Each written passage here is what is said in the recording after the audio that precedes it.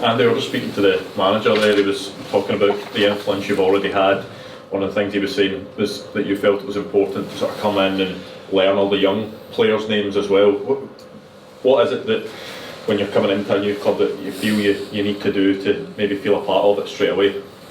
I think I've always said I'm passionate about youth development, especially in Scotland, and I think Motherwell have almost been one of the sort of staple clubs over the years that have produced through the youth system. A lot of good players coming through.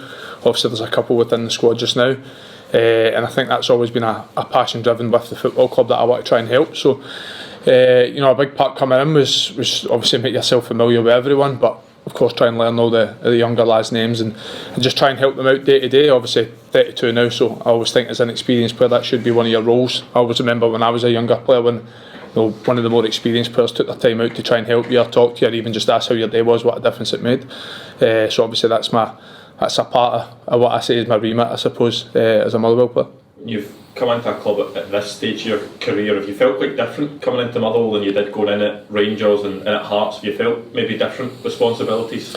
Not necessarily, no. I've always been a talker, to be honest with you, even at 24, so I don't think that's changed too much. I think maybe our roles have changed a little bit, and I will take a little bit more onus and try to help younger players, but not still the same person, still the same character, no matter where I am in whatever club I play for. I want to win every single day, whether it's a training drill or a game in a weekend, so I don't think that's changed now, and just obviously delighted to get it all done now and can focus on the season at hand. Feeling pretty settled already in the early stages here? Yeah, I think it helps when you know a couple of faces, and I think as well it's a great change in him. It's something that sort of got sold to me before I came in. Obviously Liam Kelly's somebody I've known for a long time, and spoke to him a little bit beforehand, and he spoke about what a good group of boys it is, and I'm seeing that first hand. It obviously helps when you've got a lot of Glasgow boys as well, so boys that you've maybe known from over the last few years. But no, it's a great group, and like I said, it's only been a few days, but I've settled in pretty quickly. Just going back to your first answer, is there anyone that sticks in mind when you talk about them? There have been older players that maybe sort of sought you out when you were younger and made sure to know your name. Is there any sort of interactions or anything with guys that stick in your mind that maybe made you think, right, that's the type of player I want to be? Yeah, but I think it was more for bad ones. But I think it was obviously a different scenario back then. But when an older player's grabbing you by the throat when you're only 16, 17, then it sort of shakes you up. But back then I didn't mind it, because I always thought if they dig you out sometimes it showed they cared. You can almost see, ones that you feel as if they don't have the sort of same passion as drive as they do, they almost sort of leave them as is, and sometimes that's a bit more worrying. That's me certainly not saying I'm going to grab anybody by the throat, that's for sure. But listen, I had loads. James McPeck, who's obviously now the manager at Dunfermline, was Livingston captain when I first broke through. He was brilliant for me, speak to me all the time. Chris Innes was another one. Roddy McKenzie, the goalkeeper. Like I says, even daft things like just asking how you are in the morning and making you feel a part of it, I think makes a difference alone. So obviously that's one thing I'll try and do here.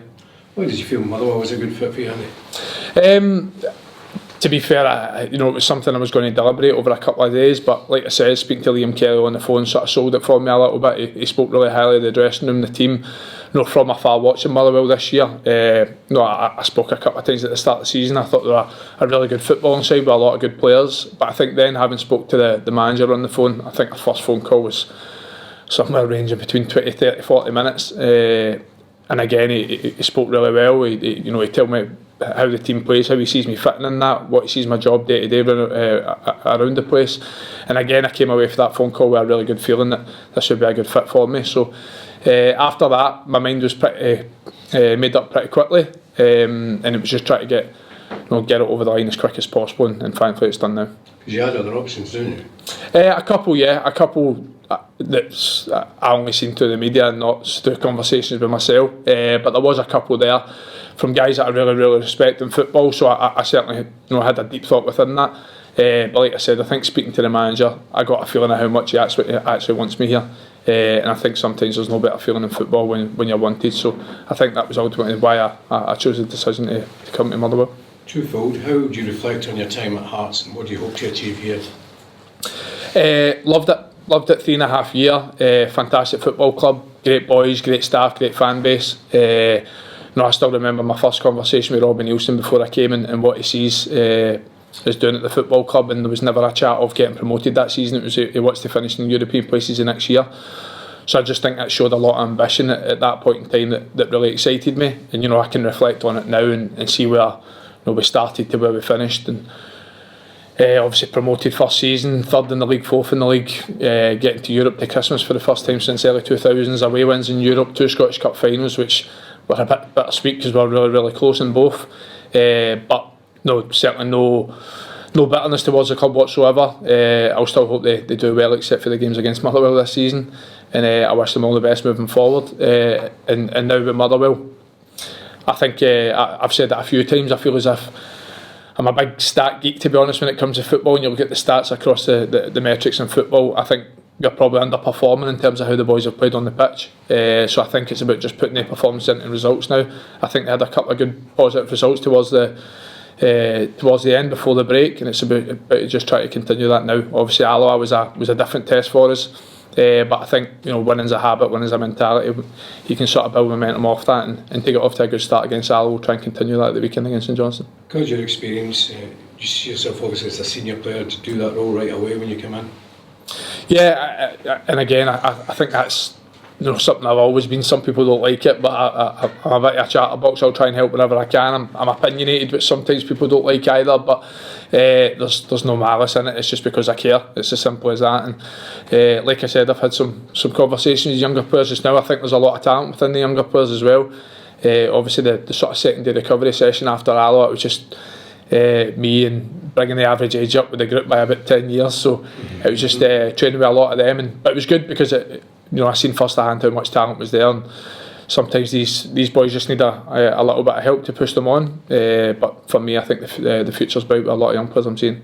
How much did you take into consideration, obviously Motherwell in a position where they don't want to be? Of course they've been really bad a few weeks ago in terms of relegation zone, but how much did you think about that before you made the move? I don't think it came too much into my thoughts, because first and foremost I feel as if I can come in and help. Sure. Like I said, I feel as if there's a lot of good players within the squad already. The manager, I think, has been pretty vocal in terms of he wanted to try and bring 2 or 3 in this window. We've already got a couple in. You know, Sam, someone that's obviously done really well in Scottish football. Callan's done well in his trial period with the club as well, so I think already the group's strengthened, So, like I said, I feel as if with the group we've got just now, I think we can put runs together. I think you look across the league outside, maybe the old firms at Murn at the start of season, Hearts at recent periods. I think everyone has these dips. Yeah. Ours probably went on longer than we'd wanted, but hopefully we turned that corner with a couple of positive results before the break, and now it's just trying to put a run together now. You mentioned a long chat with the manager and making you feel wanted. Is that giving kind of a new lease of life? Is that important as well to know where he sees you in the team and that clarity that the footballers kind of want? Yeah, clarity I think is the big one. I've never been someone that needs to be mollycoddled in football. It's, you know, I always try and get on with my job day to day, but certainly having that conversation when someone tells you they really want you to come to the club helps. But it was a good conversation. Like you said, the clarity was really important, because I already feel as if even before I stepped in the door I can kind of picture and envision myself within it and what I can do to help, what he expects of me.